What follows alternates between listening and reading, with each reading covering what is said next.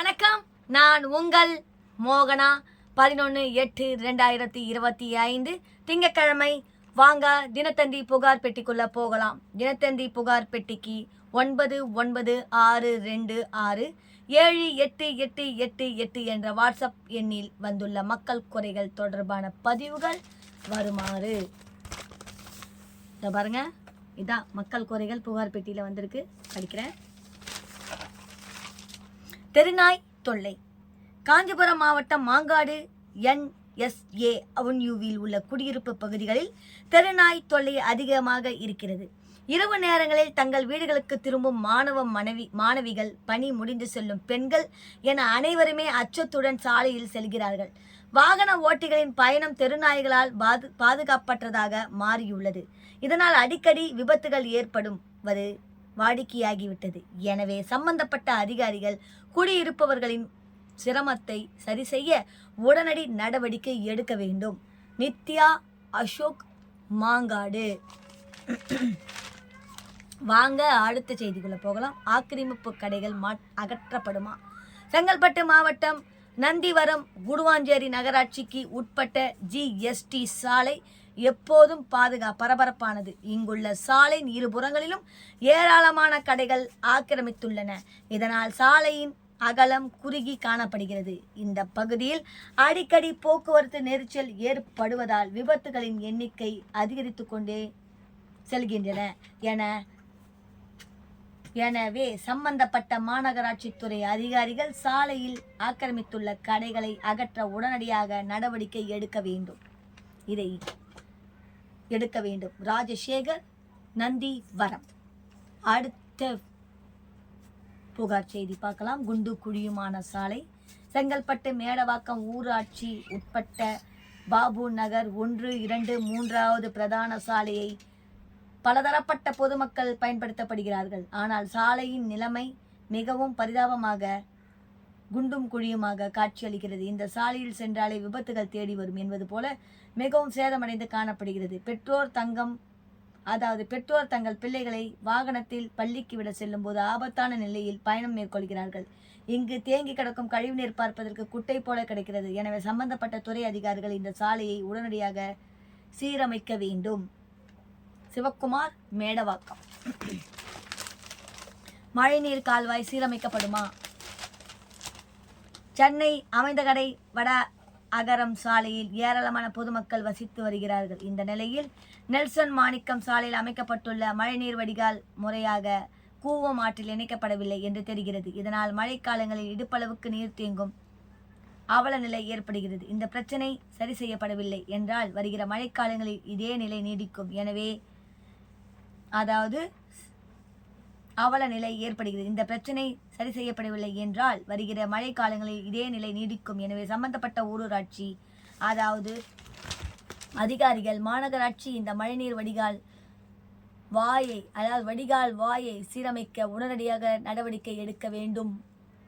ராமலிங்கம், அமைந்தகரை. அடுத்ததை பார்க்கலாம். சேதமடைந்த பாதாள சாக்கடை மூடி. சென்னை வேளச்சேரி செக் போஸ்ட் சாலை வண்டிக்காரன் தெருவில் உள்ள பாதாள சாக்கடை மூடி உடைந்து மிகவும் அபாய நிலை உள்ளது. இந்த நிலையில் குழந்தைகளுக்கான பள்ளியும் இருக்கிறது. பள்ளி முடிந்துவிடும் திரும்பும் மாணவிகள் அச்சத்துடனே செல்கிறார்கள். மேலும் அந்த பகுதி முழுவதும் மிகவும் துர்நாற்றம் வீசுவதால் பொதுமக்கள் அந்த பாதையை கடக்க மிகவும் சிரமப்படுகிறார்கள். எனவே சம்பந்தப்பட்ட துறை அதிகாரிகள் அதை உடனடியாக சரி செய்ய நடவடிக்கை எடுக்க வேண்டும். பார்த்திபன் ஜாய், வேளச்சேரி. குப்பைமேடு. அடுத்தது குப்பைமேடு. சென்னை கலெக்டர் அலுவலக வளாகத்தில் 10க்கும் மேற்பட்ட அரசு வாகனங்கள் பயன்பாடு இல்லாமல் நிறுத்தி வைக்கப்பட்டுள்ளது. மேலும் வளாகத்தின் ஒரு புறத்தில் குப்பை மேடு போல குவிக்கப்பட்டுள்ளது. இதனால் கலெக்டர் அலுவலக வளாகத்தின் சுகாதாரம் கேள்விக்குறியாக உள்ளது.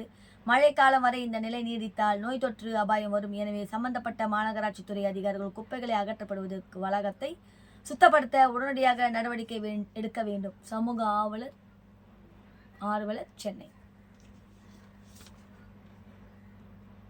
அடுத்ததை பார்க்கலாம். மோசமான சாலை.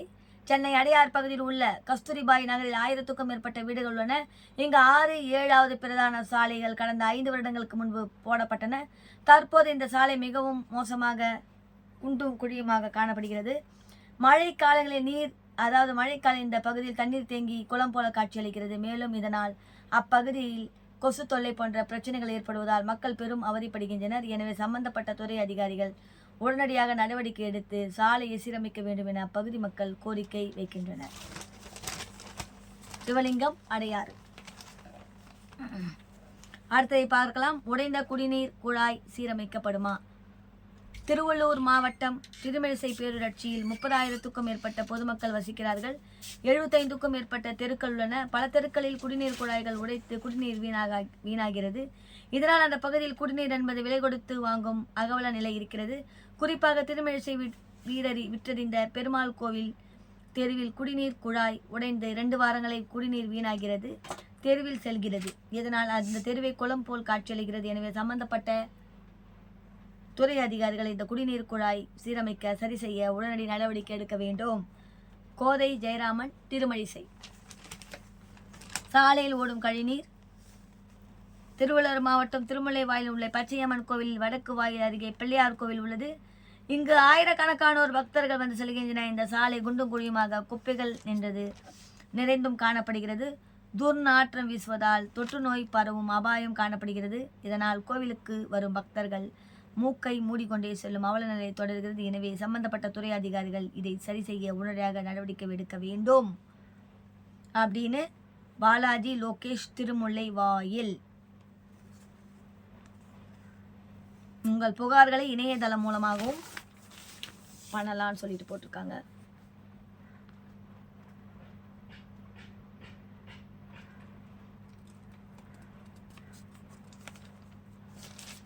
இத்துடன் இந்த செய்தி அறிக்கை முடிவடைகிறது.